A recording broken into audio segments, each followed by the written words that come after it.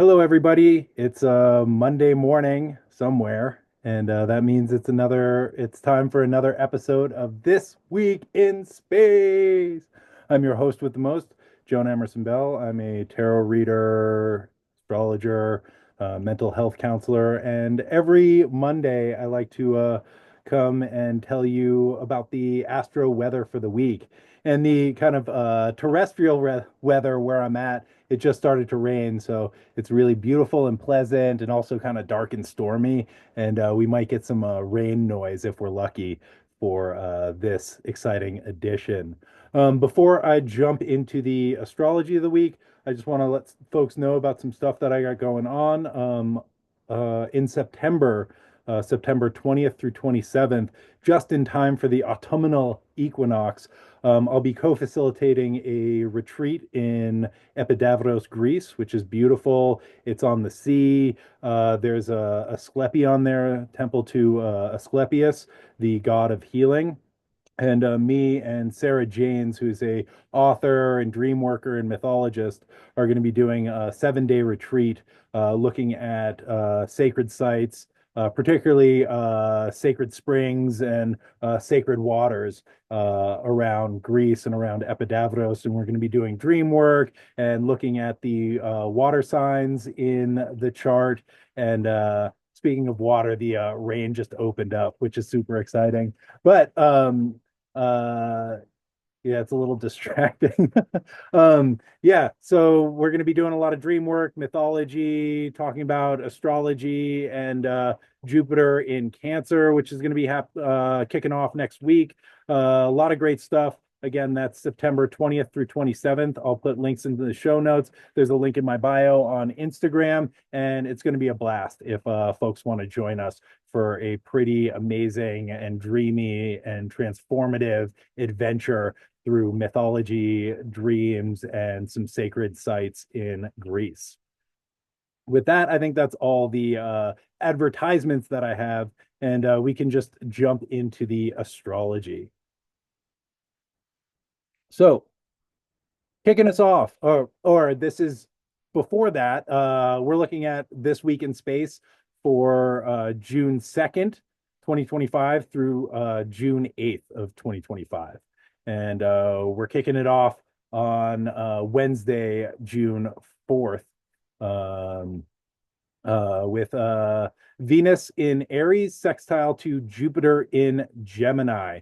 This is a great transit. These are both of the benefics that are coming into a nice supportive relationship with each other, giving us some good vibes, giving us some resourcing, giving us a little bit of a break.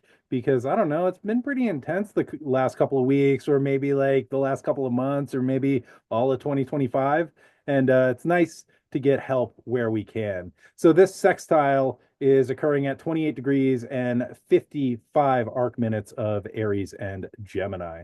All right, so this is a supportive aspect, which is occurring between the two benefics, Jupiter being the greater benefic and Venus being the lesser benefic, or Jupiter the benefic of the day and Venus the benefic of the night, right? And the sextile is an aspect of Venus. Venus is sort of like rules over the sextile aspect, right? So it's relational, it's Venusian, it can bring us into connection with people and things that can feel supportive and expansive, right? And Jupiter is a planet of expansion.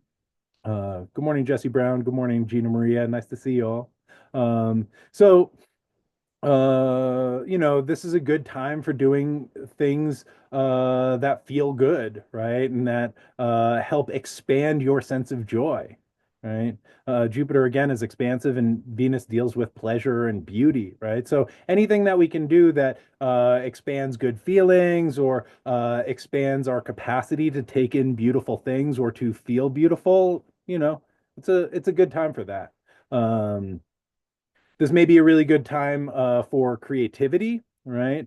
Um, Making things that are beautiful or like just engaging with things that you find beautiful or aesthetically pleasing. Um, the flip side of this transit is it can be kind of lazy. right? Because Venus just likes to feel good, and Jupiter is like, yeah, let's just like take it easy, let's relax. Oh, this feels good. I want more of that. Jupiter is kind of a glutton, right? So you might be creatively inspired, or you might feel some inspiration, but maybe not feel like doing too much, which is totally fine, right? You might want to just note down, right, the ideas or the inspirations that are coming to you while you're like lounging around, getting a pedicure, right? Eating good food, listening to good music, right? Things that please the senses. Um, you also might want to go someplace that feels expansive or inspirational, right? Time in nature, going to a museum, going to see music, stuff like that, right? And maybe just like taking notes around like the inspiration that you're receiving from whatever kind of beautiful things you engage with. Sorry, there's a wasp that's flying around that I'm trying to let them do their own thing. Um, again, one of the downsides of this harmonious aspect is like we can lack motivation, right? It can make us kind of lazy, which again isn't a bad thing. It can also lead to some overindulgence, which is something to just watch out for. There might be a tendency to like overdrink or overeat, or a desire to kind of ignore responsibility or even consequences of ignoring responsibility or consequences of actions because you don't really feel like dealing with it today. And you just want to feel good, which again is great, right? But one of the reasons that we talk about astrology is so when that comes up and you're like, I want to do this because I think it'll feel good, but like I know it'll hurt somebody else or like cause a problem down the road, we can just sit and consider that for a moment instead of kind of leaping into action without really considering the impacts of what we're doing or the kind of consequences of our actions, right? If you decide not to like I don't know, pay your bills or like send an email. That's all good, right? But you want to like note that down and be like, I'm gonna do that tomorrow after I go for a hike or go to this museum or go to this show or go to this party or, do this thing that feels really good to me, right?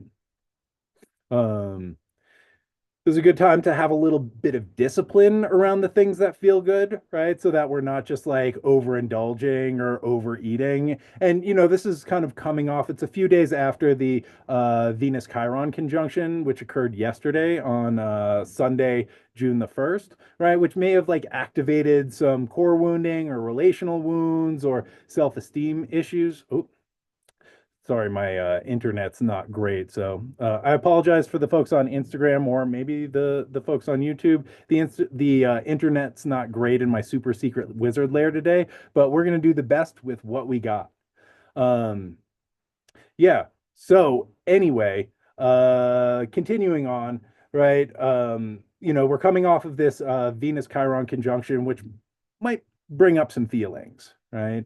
And so this sextile happening in the middle of the week on Wednesday, we're still coming off of the kind of activation that we might have been feeling over the weekend, Venus and Chiron. And so there may be a tendency with the Jupiter Venus thing to with the Venus and Jupiter sextile to like go out and overindulge to try and suppress or drown or disassociate from some of the challenging feelings that we may have found coming up over the weekend.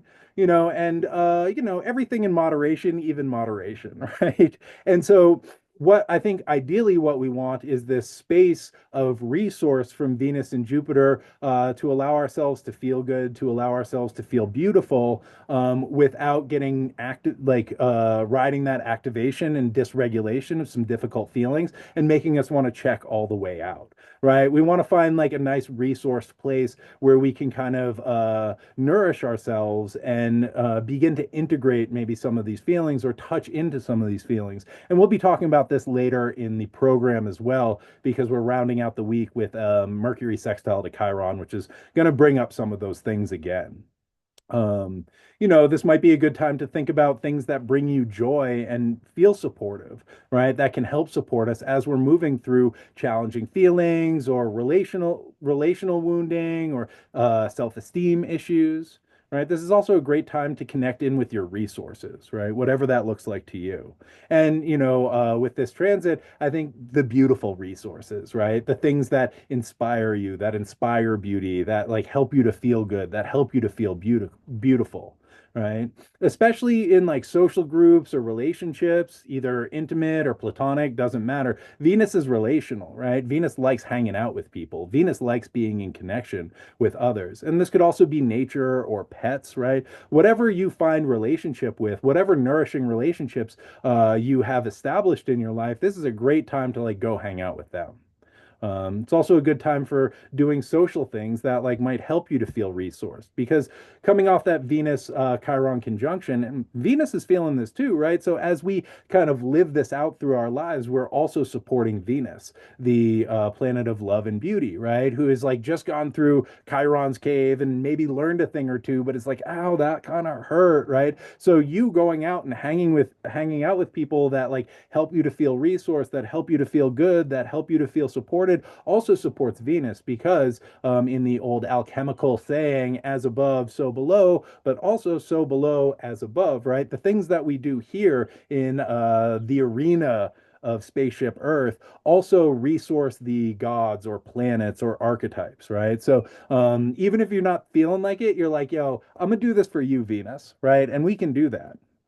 And this is a really good transit for taking it easy and allowing yourself to feel some luxury and joy. Venus loves to luxuriate. And like luxury is not necessarily about money, right? Luxury can be about sleeping in, right? Luxury can be about taking it slow. It's about not feeling rushed or activated, right? It's allowing us to luxuriate, right? Like really settle into the senses and to the place that we're at, right? And this can be a really good way of supporting our system and creating feelings of safety so that we can integrate some of the more difficult material that we may have been working with these past few days or weeks or months. It's been full on. It's pretty intense, right? And so, instead of like being on our phones just scrolling, right, in this like tiny, like narrow way, right, feeling this sense of activation as we look at genocide or like people who are prettier than us or people who are doing the things that we want to do, being able to like go out in the world and like enjoy art, enjoy nature, enjoy beauty, enjoy the things that feel really nourishing to us. And so, something also to consider with this transit is the principle of generosity, right? If we consider Jupiter to be a planet associated with abundance and Venus a planet that deals with relationships, this is an opportunity to share our abundance with those we are in relationship with. Right. And abundance is not about money. Again, that's a way, right? And I think that's a very capitalist way, and that's a thing, right? But generosity or abundance, I think, is about having enough, right? Enough that we can share, enough that we can share without being like, ow, I'm scared, right? Or going into that scarcity mentality, right? And so, and generosity is not about giving money or resources necessarily, although those are ways that we can do it, right? But we can be generous with our time, our energy, our attention, our kindness, our compassion. There's this Buddhist Sangha that I like to go to on Fridays, Big Heart Meditation on out of or Big Heart City out of San Francisco, and it's led by this dude Vinny Ferraro, who's great. And I went to his Dharma talk this past Friday, and it was all about the Buddhist principle of generosity. And so it's been on my mind. And this section I'm going to sort of reference a lot of what he was talking about. And all the recordings are on their website, bigheartcity.com, I think. And they haven't uploaded this recording yet, but in the next couple days, check it out if this piques your interest. Right. And one of the things about Vinny, which I really appreciate, is like this dude, I don't think cares about astrology or knows anything about astrology, but everything that he talks about seems to fit really nicely in with the astrology of the upcoming week. And I feel like he's like tapped in a way that is like really beautiful. And really cool because it's super, it helps to support me in my process. And also, I think, I like to share it with you all because I think it's relevant. So I just wanted to share some of the things that I picked up from his talk because, generosity is a really interesting lens to consider this Venus Jupiter supportive transit through.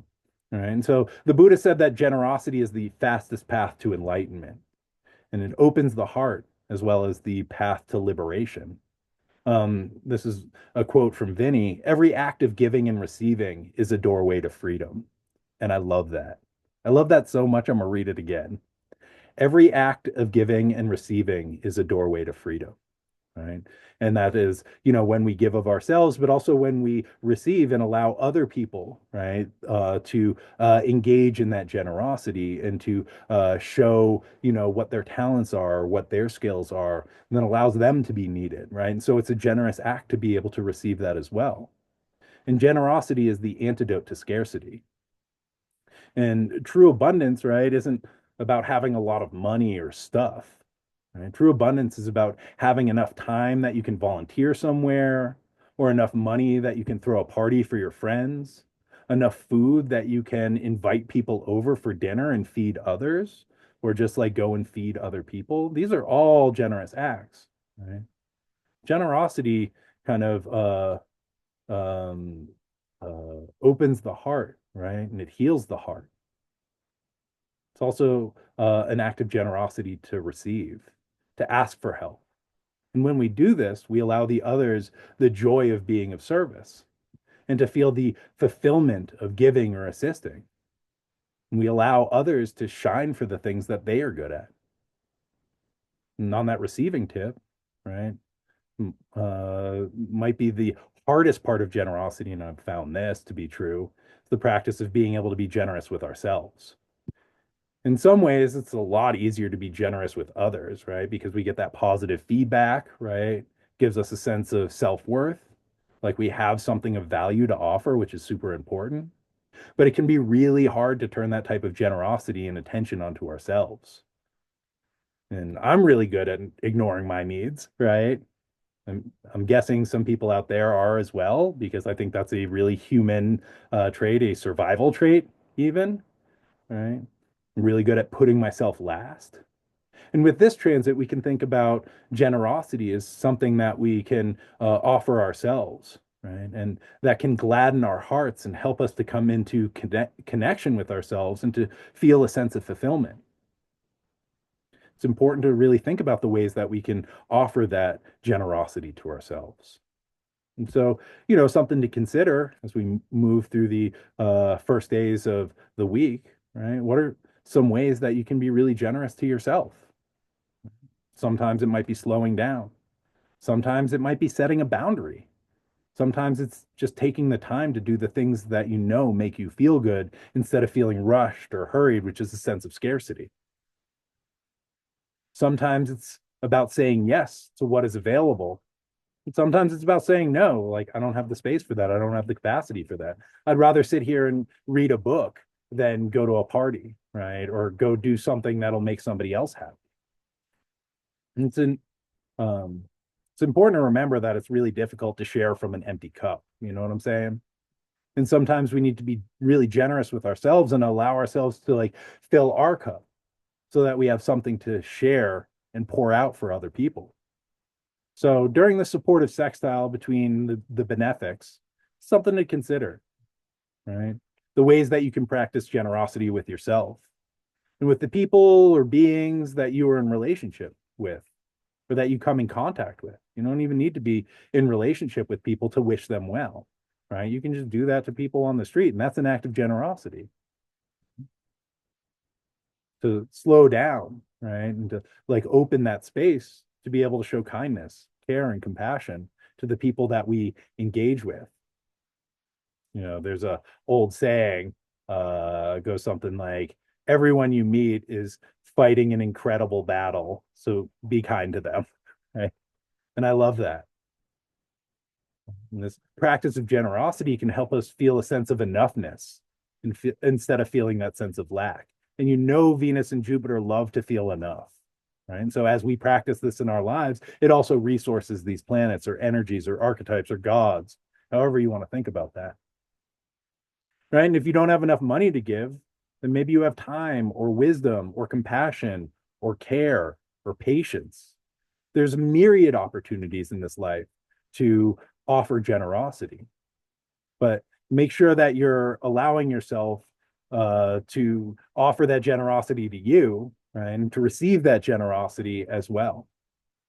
So Moving right along, Thursday, June the 5th. We have Mercury in Gemini, sextile Mars in Leo. This is going down at 23 degrees and 42 arc minutes. So this is a supportive aspect between Mercury, who deals with information and communication, and Mars, a planet of competition, action, and conflict. Right. And according to Jason Hawley, great astrologer, a sextile is like a flirt, right? It's a nice interaction, but it kind of like takes some work or effort for something to come of it, right? It's like sextile is like making eyes at somebody, but to like really like get something out of it, you might have to like go over and start talking to them, right? Which either way is fine, right? A flirt feels really nice. Making eyes at somebody feels really nice, and sometimes that's enough. Whoa, the rain's really coming down. I might have to speak up. Somebody out there, let me know if you can't hear me anymore. Oh, you can close the window also. Excuse me. All right, back on it. Right. So one thing to think about is that Mars deals with like athletics and competition. However, Mercury traditionally ruled over sports and games, right? And games of chance, because like athletic sport and competition are ways of connecting and opportunities to use cleverness, wit, even trickery in order to win. And Mercury loves these things, right? So Mercury was traditionally a god of sport, as well as games of chance and things like that, right? Because both Mars and Mercury have a connection to do with sports and games and competitions. This might be a great day to engage in some sporting activities, get all sporty, right? Or competitive activities, or to play games with other people, right? And try not to play mind games because those are fucked up, right? But maybe like more structured games with clear objectives and obvious winners, right? Oh, I just want to pause here because my homie Jeff Hinshaw just showed up, Cosmic Cousins, and he just started, or they just started their podcast, Cosmic Cousins again, and I feel very honored that I get to be on it, talking about the Sagittarius full moon. So we'll be recording that next week, and Jeff will release it whenever they're ready. But something to look forward to. So check out Cosmic Cousins, follow them at cosmic.cousins, check out the podcast.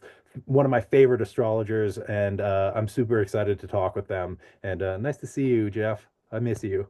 Okay, so getting back to the report at hand, right? So again, like playing games, like not mind games, games clearly structured, obvious objectives, clear winners and losers, you know what I'm saying? Right? Because we want to have fun. We don't want to just like mess with each other. This is a time to have fun. It's a, flirty aspect, right? It's a supportive aspect, right? Go have some fun, right? In games of chance or competition. And so Mars finds connection through conflict, right? And Mercury is all about the intellect and discussion. So we might find ourselves wanting to engage in discussions and debates today, right? Maybe even trying to prove that we are right to somebody else. And there's nothing wrong with this, but just be aware of what's happening, please. Mars has kind of a tendency to steamroll over people until it finds a worthy adversary, right? And Mercury is like super flexible and pretty agnostic, right? In the sense that they become malefic when they are with a malefic planet and benefic when they are with a benefic planet. And now they are hanging out with Mars, who is a bad boy, right? So Mercury during the sextile is being kind of influenced by the malefic nature of Mars, right? Mars gets all amped up and like reads a comment and is like, "Oh hell no!" Right? I'm gonna set this person right. And Mercury's like, "Yeah, dude, do it, do it. Did you hear what he said about your mom? Like, oh my God, like, go yell at that dude." Right? So Mercury's a little troublemaker. And when they get around like Mars or Saturn, they sort of like, stoke that fire or like poke the bear a little bit, right? And so, Mercury likes to talk and Mars thrives on conflict. So we might find ourselves feeling more antagonistic today or getting into heated discussions or debates with people. And again, there's nothing wrong with this, right? Just be aware of what's going on so you don't find yourself just being pulled into arguments that you don't actually care about, right? But, are like, I've got to win this. Yeah, Jeff is saying Mercury's a twerp. It's totally true. Um, uh, oh, and thank you for the invite to the solstice ritual. Yo, text me. Text me. um, so we blah blah blah blah blah, right? And if you find yourself getting caught up in situations like uh like that, right? Ask yourself, do I want to be right or do I want to be in connection? I think that this is a really important thing, right? Because Mars might just be like, yo, I've got to prove myself. I've got to prove this point, right? I've got to be the person who's right. But just thinking about like, do I even need to be right? What benefit is that? Or do I want to be in connection? Right? Because debate and argument and discussion can be great ways of coming into connection with each other, with sharing ideas, with sharing information, with even, dare I say it, growing ourselves, right? Expanding our worldview. And if we're just so dead set on like being right or winning, we might miss out on some of that, right? And if you do avoid arguments, right, this might be a great time to collaborate with others, especially like collaborative planning for future projects. So thanks for the solstice invite, Jeff. Let's collaboratively plan that. So on the flip side, this is a good time for focus and mental work, especially if you need to like really focus and get deep into something. Mental or intellectual work and projects that require thinking, writing, speaking are really great at this time to direct your energy at and focus your attention on. You might also find that you're pretty busy and there may be a lot of like contacts, connections, errands, texts, activities, information going on for you midweek, right? And again, coming off the Venus Jupiter sextile, be generous with yourself, right? You don't need to get caught into that whirlwind unless that's a way that you can feel generous with yourself, right? Being able to say no or like, I can't do that right now, might be an act of generosity that we might want to sit with, right? Just something to think about. Um, there also might be opportunities to take initiative. Mars loves action and initiative, or to speak on up, right? You also might find places where you feel you need to stand up for your beliefs, right? And again, all the stuff that I said about being right and arguing, right? Just pay attention to that, and also pay attention to the opportunities that present themselves today. You may have a chance to shoot your shot or, take action around something that you want to make happen or see in the world. But again, sextiles take some energy to activate, right? So you might want to strike while the iron's hot, right? And if that thing arises and you're like, yo, this feels right. I'm all nice and resourced, right? Went to spa day on the Jupiter Venus sextile. I'm feeling good. I'm feeling connected to myself. And this opportunity presents itself that feels in alignment, like go for it, because that might not, that might peter out by the end of the week. And this is also based on what's happening in your chart. I'm speaking in, the kind of mundane, right, for the collective, but these transits are going to affect our charts uniquely and specifically. And so that's also something to consider and something that you might want to get readings around to see how what's happening in the world, the sort of global transits are also impacting your personal chart, your root chart, your life. So also Thursday, June the 5th, we have Venus entering Taurus, which is really nice. And Venus will be in Taurus until the 4th of July, right? So Taurus is the nocturnal home of Venus, right? So they're coming back to a place of their domicile. Venus is all about feeling good and looking good, right? Taurus is a fixed earth sign that is interested in stability and sensual pleasures. Right? Taurus really likes to collect the things that they value and to like really maintain them, right? And hold on to the stuff that makes them feel good, the things that they value. And this is great for Venus, who loves to feel good and enjoys the pleasures of the senses, loves being in a body, right? Good food, good smells, good fashion, good sex, right? These are all like very Venusian things. And Taurus has a nice environment where Venus can really appreciate these things, right? And so as Venus is coming into Taurus, their home, they are leaving Aries, a sign where Venus is in detriment, Mars ruled sign, right? In Aries, Venus is too hurried, right? Venus likes to take their time and really enjoy their experience, right? They want to feel, they want to luxuriate, right? And they don't want to feel rushed.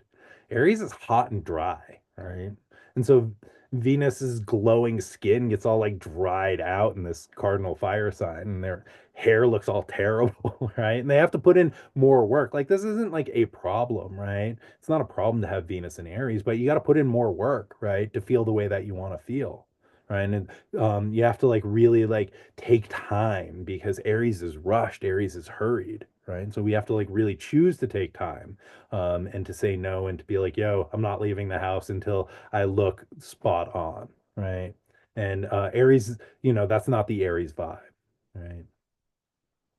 And there are ways that Venus in Aries learns to take initiative and practices being courageous and engaging in direct action in Aries, right? But it's a lot easier for them to feel at ease in Taurus, where they have all their skin creams and fine fabric and nice lighting and good food, right? It's just like set up for them to feel how they want to feel. And so, as Venus moves into Taurus, this is an opportunity to slow down and really consider the things that we value. And Venus is a planet of values, right? This is what I like, this is what I don't like. I want more of what I like and less of what I don't like, right? This is our value system, what I like and what I don't like, in a very simple way, right? And so, when we get the chance to slow down and not be in survival mode, not be rushed, right? We get the opportunity to be like, I like this or I don't like this, instead of being like, well, this is just what I got to do to survive, right? I'll make do, which, there is a place for that when we're like just got to get through, just got to get by, right? But when we continually engage in that, it becomes self-abandonment. When we're like, oh, I'm doing this thing that I don't like to do because I have to, I feel like I have to, or out of scarcity, we kind of abandon our value system, right? And sometimes it be like that, right? But hopefully it doesn't always need to be like that, right? And ideally, we get to make conscious choices around what we engage in to have more of what we like and less of what we don't like. And again, it's maybe not possible to do that across the board because, hey, this is life, right? But the places where we can and the places that we can slow down and really check in with, okay, like, does this feel good? Does this nourish me? Does this feed me, right? Does this make me feel beautiful, right? Inside and outside. Right. And really trying to put more energy into those things that like activate that like Venusian sense of calm, right? And pleasure and joy, not like hedonistically, right? But in a way that really fills our souls and less of, that feeling rushed or activated or scarcity or survival mentality, which, we live in a culture that thrives on that because it keeps us all needing and wanting and feeling less than, right? So we end up buying more stuff to try and fill that hole. But Venus is like, nah, nah, don't do that. Slow down, right? Slow down, tune in, feel what feels good and follow that path, right? And this as we do that, we can consider, where do I really want to put my energy? And what things do I enjoy that I want to maintain and cultivate?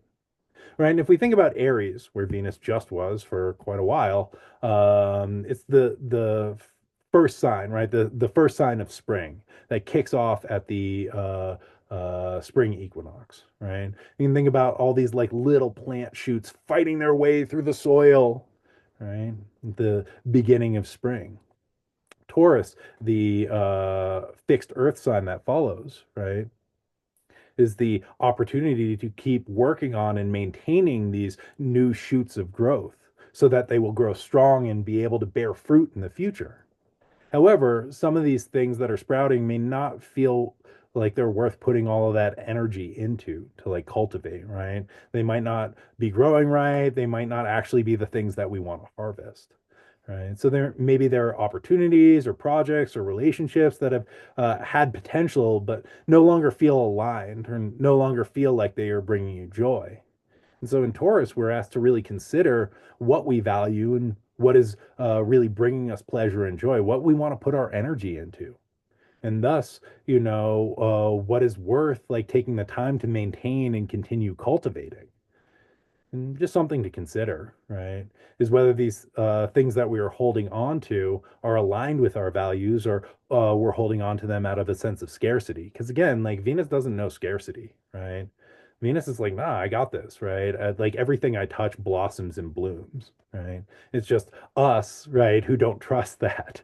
But when we tune into that, it can open a lot of space, right?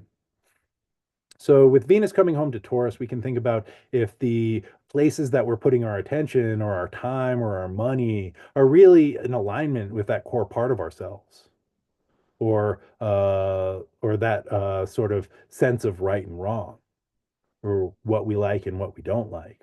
Or another way to think about it is this something that I want more of or is this something that I want less of in my life or in this world, right?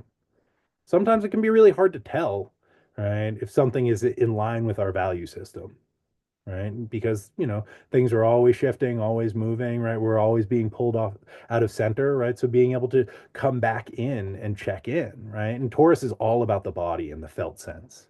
And so this is a chance to connect in with our bodies and to really feel into the feeling. You know what I'm saying? And um, we can ask ourselves, right? Like Marie Kondo, does this spark joy? Does this bring me joy, right? Oh, this opportunity, this thing, right? This, I don't know, like party, this job, this whatever, right? Does this spark joy? Does this bring me joy? Or am I just doing this because I don't know why, right? Is this something that really feels good to cultivate? Or am I just doing it out of a sense of fear or scarcity? Right. Again, Venus and Taurus does not believe in scarcity. Venus is like, I got every look at all my shit, right? This is like, look at all my shit. Right. They understand abundance, not scarcity here. And the availability of love or joy or sensual pleasure that exists all around us all of the time. Right. And it's just our kind of narrow human minds that are like, no, there's not enough. It's not enough to go around. I need to cling on to this thing. Right. So this is a great reminder. Well, Venus is in their home, right, in Taurus, to connect in with that sense of abundance. However you feel that in your body or in your life, and to just allow ourselves to feel good for a minute. Again, whatever that looks like to you, not in a hedonistic way, not in a I'm ignoring responsibility way, but in a like, yeah, I feel all right, right? I'm okay right now. And I think that's super important. And that's a place that we can resource ourselves from, especially in these trying and turbulent times, right? Those sort of shelters in the storm allow us to like resource and fill our own cup so that we can support others through mutual aid, through generosity, through connection, just through our way of being in the world. Okay, great. Moving right along. Friday, June the 6th.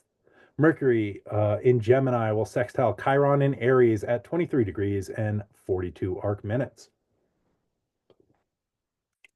All right.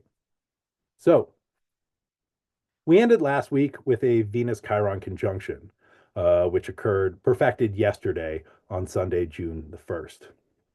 This might have brought up some relational wounding, right? Issues of insecurity or even inadequacy, as well as some healing opportunities and ideas about create this sextile from Mercury to Chiron may bring up some ideas about creating new connections mentally or emotionally in the physical world, right? So Mercury is the messenger and the god of the crossroads. And it's coming into this supportive sextile with Chiron, which again, sextiles take a little bit of work, just putting it out there, right? Chiron, the teacher of heroes, also the wounded healer, right? So this sextile helps us to kind of process some of the pain points that might have been activated with the Venus Chiron conjunction, right?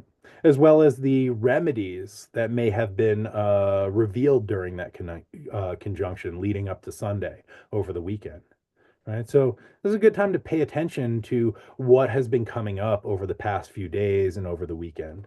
Noticing the places of activation you might have felt, right? Feelings around self-worth or around relationships or around love, right? Around sense of beauty, like yours or in the world, because sometimes straight up, like we just look out and we're like, everything's dumb, right? Like everything's stupid. I don't like this. That's a wounded feeling, right? And so, this is a opportunity to sort of like check in with these feelings of activation or the pain points that Chiron Venus might have kicked up, right? And with Chiron, it can be helpful to remember that the poison oftentimes grows right next to the medicine or the remedy, right? And the pain points that Chiron reveals can really serve as trailheads that can lead us on the path of healing, right? And so Mercury is the psychopomp. They guide souls into and out of the underworld. Right? And we can think about this as the land of the dead, right? The land of loss, the land of grieving. And I think grieving is really important. And I think that grieving, this idea of grieving, is going to come up a lot with the Neptune Saturn conjunction, which is already building and will come within 13 minutes of an exact conjunction in July. And then, they'll separate for a time and perfect that conjunction in February. But I think that there's a lot of grieving that relationship is calling for. And there's also a lot of grieving that the world is calling for. Right. And so we can think about, going into the underworld as the world of grief and loss, right? Which is painful straight up, but that's also part of being a human, being in a human body, living in a world. You can also think about the underworld as the unconscious, right? All the stuff that we've like shoved down and been like, "Oh, I don't like that. That hurt. Like, get out of here." Right? So Mercury allows us to go into that space and also to come back out, which is really important, right?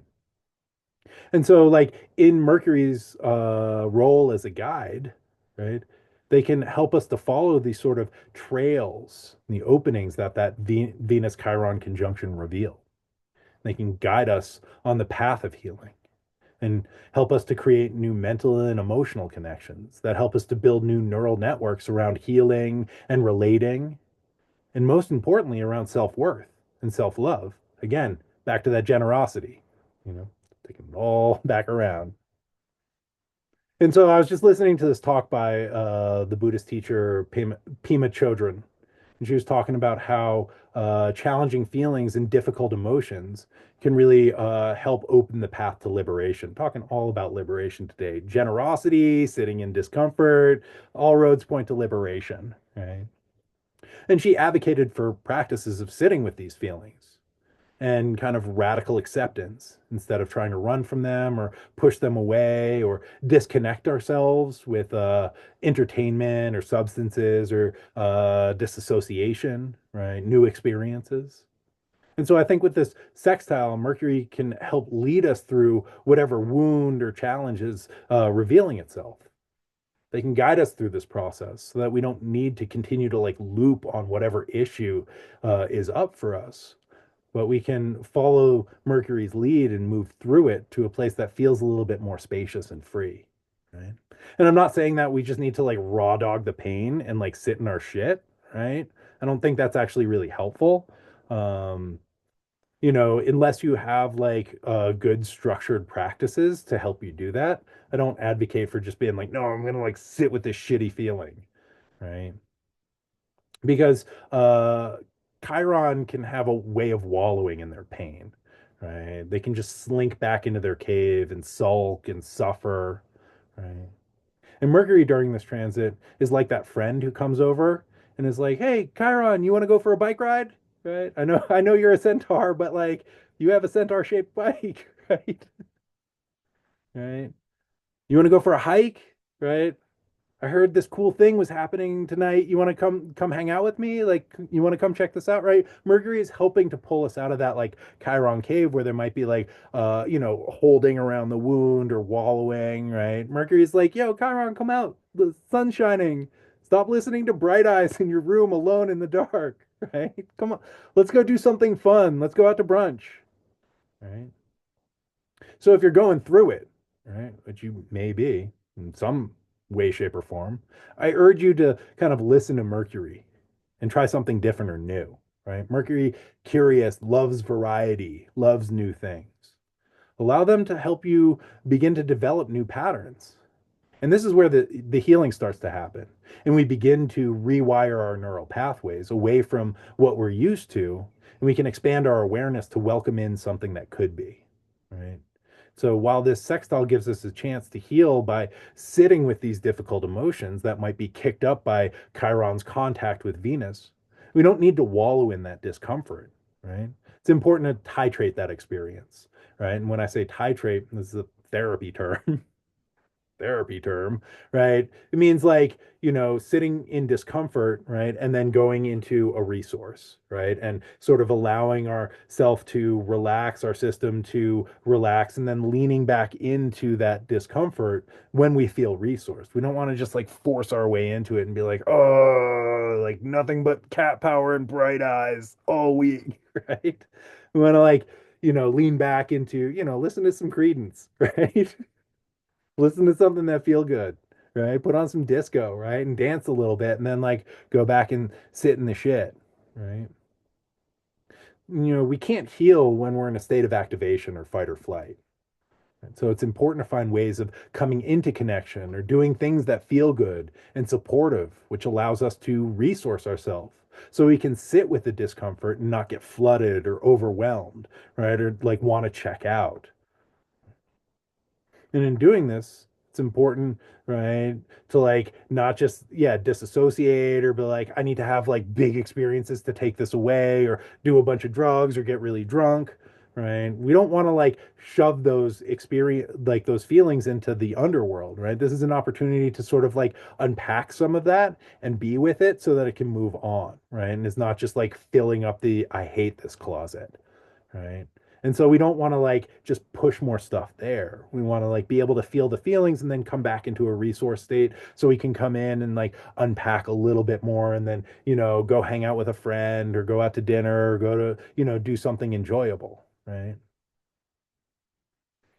We want to be able to do things that help us to work through the challenging emotions and not just totally ignore them. And so if we can trust the process and allow Mercury to lead us through these crossroads, there's a real opportunity to begin developing new patterns, mental emotional connections that can really support our healing process. And we might even be led to some cool opportunities and connections that we couldn't see or consider possible when we were just wallowing, in our Chiron caves, listening to sad music, like scrolling on our phones. And again, coming back to this sense of generosity, right? Like a great way of kind of shifting our internal feeling in our internal world is to go be of service, go help somebody else out, right? Help to provide good feelings in this world, and then we may receive positive feedback, right? That ideally we can take all the way in, right? Instead of being like, whatever. I was just supposed to do that, right? Allow that to like sink all the way in and even like penetrate all of your cells, right? Allow that to update your system. And just think about the ways that you can be generous with yourself. And straight up, sometimes that might look like listening to sad music all day, right? Or being really bummed out or like being in that melancholic state, which can be, very creative and also feels refreshing at times, but we don't want to wallow in it, right? We want to like be able to like really sink into it and then come out of it and do something else that can help resource us so that we can go back into it again, right? And come back into it in a resourced way so that we don't get sucked in, right? So we don't get lost in it. So that's that. Coming up to the last transit of the week, occurring on Sunday, June the 8th. Sunday, Sunday, Sunday. So on that day, we have Mercury in Gemini conjunct Jupiter in Gemini. This is happening at 29 degrees, 45 arc minutes, all the way at the anaretic degree, all the way at the edges of Gemini. Right. And Jupiter will be moving into Cancer, a sign of their exaltation, the very next day on Monday, June the 9th. And you better believe we're going to be talking about that on next week's exciting episode. So make sure to tune in for that and tell your friends, tell your family, tell your family's friends, whatever. So Jupiter was conjunct Mercury back on June the 4th of 2024 at 2 degrees of Gemini, just after Jupiter entered into that Mercury ruled sign, which happens to be a place where Jupiter is not feeling very resourced. Jupiter is in detriment in Gemini, right? And so Something to consider, with the last conjunction, what was going on for you, about this time last year? Just thinking back on and, you know, thinking about what's changed, what hasn't, what's different, what stayed the same, what was coming up for you then, how that is in relation to what's happening for you now or what you're focused on now, right? Now Jupiter and Mercury are making their final conjunction in Gemini just before Jupiter leaves Mercury's home sign, right? This place of Jupiter's detriment. And on the 9th, Jupiter will enter into Cancer, which is the sign of their exaltation. So the day after Mercury and Jupiter perfect this conjunction, and it's sort of like Jupiter, who's been a guest in Mercury's house, right? Them coming together and sort of debriefing a little bit about the past year. Jupiter's like, cool, and moves off into Cancer, where they are like an honored guest in Cancer. Cancer is rolling out the red carpet. They've got like, all of Jupiter's favorite foods and goblets and entertainment, so Jupiter's stoked. But in order to get there, they have to go through this sort of debrief with the ruler of Gemini, right? And so this conjunction, right, is an opportunity for us to reflect on and integrate some of the lessons that Jupiter has been learning in Gemini. Jupiter is a planet that deals with wisdom and knowledge. And in Gemini, Jupiter has been dealing with a lot of information overload, right? This has been pretty challenging. I don't know if y'all felt it. I definitely did. And as they meet with Mercury, the ruler of the sign who deals with information and information processing, it's an opportunity to get some understanding around what's been happening over this past year and the lessons that have been unfolding since, May, June of 24, right? So Jupiter, planet of expansion, which can be great, right? But in detriment, in Gemini, they're expanding the amount of information that's available and that's coming at us, which can be really difficult if we are trying to make sense of things, which Jupiter loves coherence, right? Um, Jupiter loves putting things together into like a meaningful narrative and is like, this is what this means, this is what this is, right? Gemini separates, right? And Jupiter tries to unify, right? And this is a difficult tension that has been occurring all year, right? Gemini being like this and this and this and this and this, and Jupiter being like, oh, let's try and put this all together, right? And Gemini being like, no, this and this and this and this and this, right? And this is a deeply alchemical process, right? Of dissolving and coagulating, separating and recombining. And this is really important, right? We like separate out everything, see what they are, see what the component pieces are, clean them off, discern, right? Sort out, and then recombine them into something that is ideal. But when we're going through it, it can be extremely challenging because it can feel like nothing makes sense, right? And again, Jupiter is really seeking to create a coherent narrative about what's going on. And Gemini just keeps breaking it apart and breaking it apart and breaking it apart and adding in new information, which makes it hard to hold that story together. Right. Now I imagine Mercury and Jupiter are kind of shaking hands during this conjunction and doing some processing about what's been going down and how to synthesize this experience so that Jupiter can move forward into the nurturing waters of Cancer, armed with some new narratives and a renewed sense of self-awareness.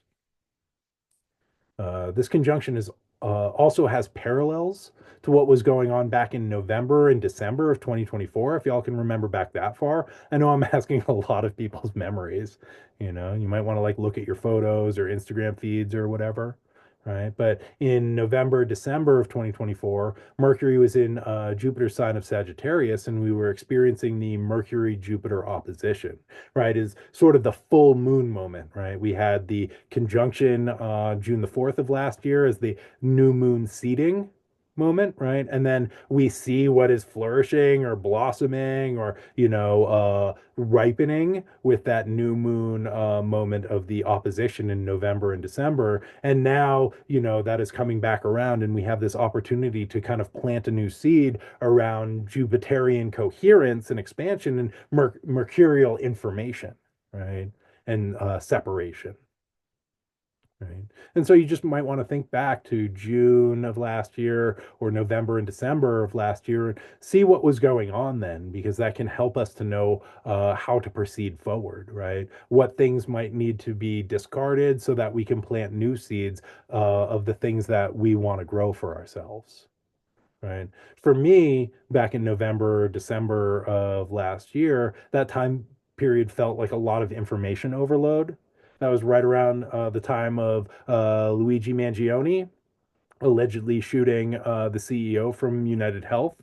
Right? There's also the drones or alien sightings in New Jersey and also around the US. And I got to say, I really love that plot line. And I vote that we bring that back for this season. Okay. Just putting that out there. It's also regime changes in Syria. We're coming up to the election, right? During this time, I found myself like constantly on social media, checking news feeds to like really find out what was going on, to like try and get a handle on what was going to happen next, right? There felt like an extreme desire that I had for more information that could help me kind of make sense of what was happening in the world.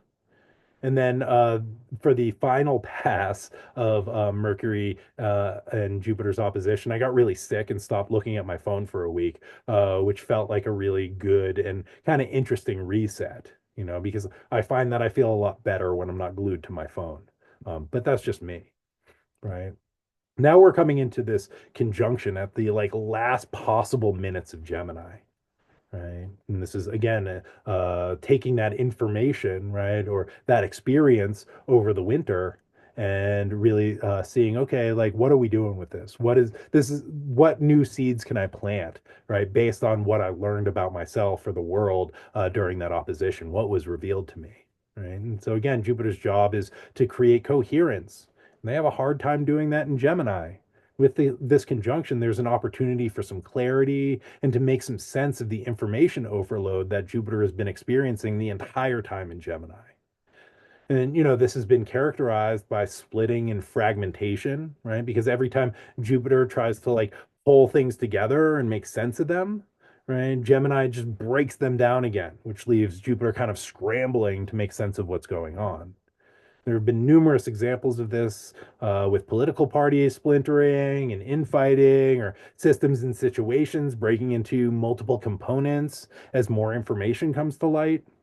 There's been a constant desire to try and define things, and things have continually resisted being defined or labeled or put into boxes. And, every time Jupiter manages to put things in boxes and like label them neatly to make sense of them, right? The Gemini twins come in the middle of the night and unpack all the boxes and spread everything all over the floor. And then Jupiter comes in the morning and has to do it all over again, which can be pretty exhausting, right? So Mercury is liminal, right? They're a twilight archetype that lives in the unknown. Jupiter deals with meaning and coherence, systems like culture and philosophy that help societies to function in a healthy manner, right? And Jupiter is really trying to make sense of things. It's really difficult to be in the unknown. It requires a lot of faith, right? Which fortunately is something that Jupiter is really good at, right? Besides coherence, Jupiter has associations with hope, faith, optimism, right? But in order to have faith, right, we really need to let go of the part of ourselves that wants to know and make sense of things, right? The mind hates ambiguity. We'll grab onto any little bit of information and tell a story about it that then we end up living out, right? The mind is like tracking for danger and connections, right? And it's like, oh, there's a thing, right? And then we're like, okay, there's this whole story about like how that's going to unfold. And so I'm going to live my life based on that story that I just invented about a thing that hasn't happened yet, right?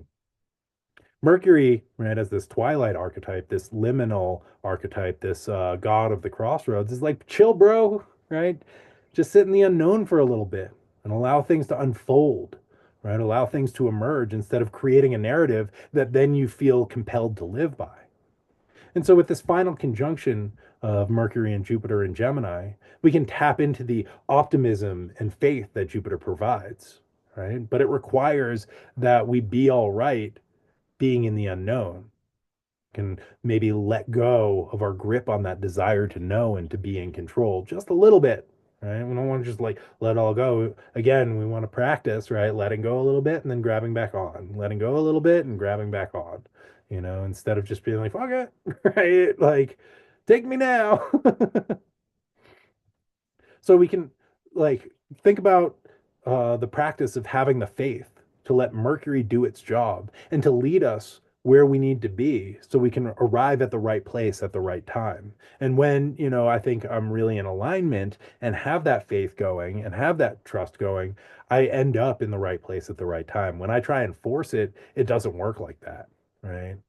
you know, when we feel like we need to know in order to be safe and in control, right? We may feel like we need to rush to where we think we need to be, which it sucks being at the right place at the wrong time. I'll tell you what. Right? So maybe we can learn to relax into the faith that Jupiter can provide and allow ourselves to just be carried, right? Even in a fucked up world, things can be easy, right? But we need to trust and allow ourselves to come into connection with those mercurial forces that guide us and the Jupiterian energies that have our best interest at heart and want us to live big and fulfilling lives, whatever that looks like to you, right? And so, as Jupiter and Mercury perfect this conjunction at the very end of Gemini, right? This is an opportunity to look over the last year and to integrate some of the information that we have been receiving and hopefully metabolize it into some wisdom that we can take forward into the deep and compassionate waters of Cancer, where Jupiter has much more of an opportunity to bestow its blessings upon us. And with that, my friends, that's a wrap. That is your wizard report for the week. Thank you so much for tuning in. Thank you for the generosity of your patience and attention. I really appreciate it. It's I love getting to do this for you all, and thanks for showing up. And if you feel like other people might benefit from it, send it on to them. Let them know. Spread the word. That's a way that you might be able to be generous as well. Right? Before we part ways, just to let you know about a couple things that are going on. Again, I said this halfway through, but I'm going to be on the Cosmic Cousins podcast with Jeff Hinshaw. We're going to be talking about the Sagittarius full moon. And I don't know if y'all know this about me, but I am a raging Sagittarius. So I'm super excited to be talking about the Sagittarian archetype and all the stuff that's unfolding during the Sagittarian full moon. So check that out. And thank you again, Jeff, for inviting me on the show. And you all should check out Jeff's work, Cosmic Cousins. I think it's cosmic.cousins on Instagram. Check out the Cosmic Cousins podcast. They're a great astrologer, a lot of wisdom, really beautiful way of looking at astrology and the movement of the stars and the music of the spheres. So yeah, super excited to do that and to get to talk to my buddy about astrology because one of my favorite things in the world. I tell you what, that is yeah, that feels really supportive and resourcing to me. The other thing that I wanted to say, and I said this at the beginning of the show, but I'll say it again, I will be co-facilitating a retreat in Epidavros, Greece, around the autumnal equinox, just as the sun ingresses into Libra. That's going to be occurring September 20th through 27th on a seaside town in Greece where there is Asclepion, a temple to the god of healing and dreams, Asclepius. And I'm co-facilitating this with Sarah Janes, who is author, mythologist, and dream worker. And we're going to be talking about, we'll be visiting sacred sites of sacred springs and sacred waters. And so we'll be talking about the mythology of these sites, the mythology of Hera, because a lot of these sites are connected with Hera. We'll be talking about dream work, doing a lot of practices around dream work and dream incubation, dream seeding. We'll be talking about the water element in the chart, as well as the water element in our lives and ways of connecting in with that. Yeah, it's going to be great.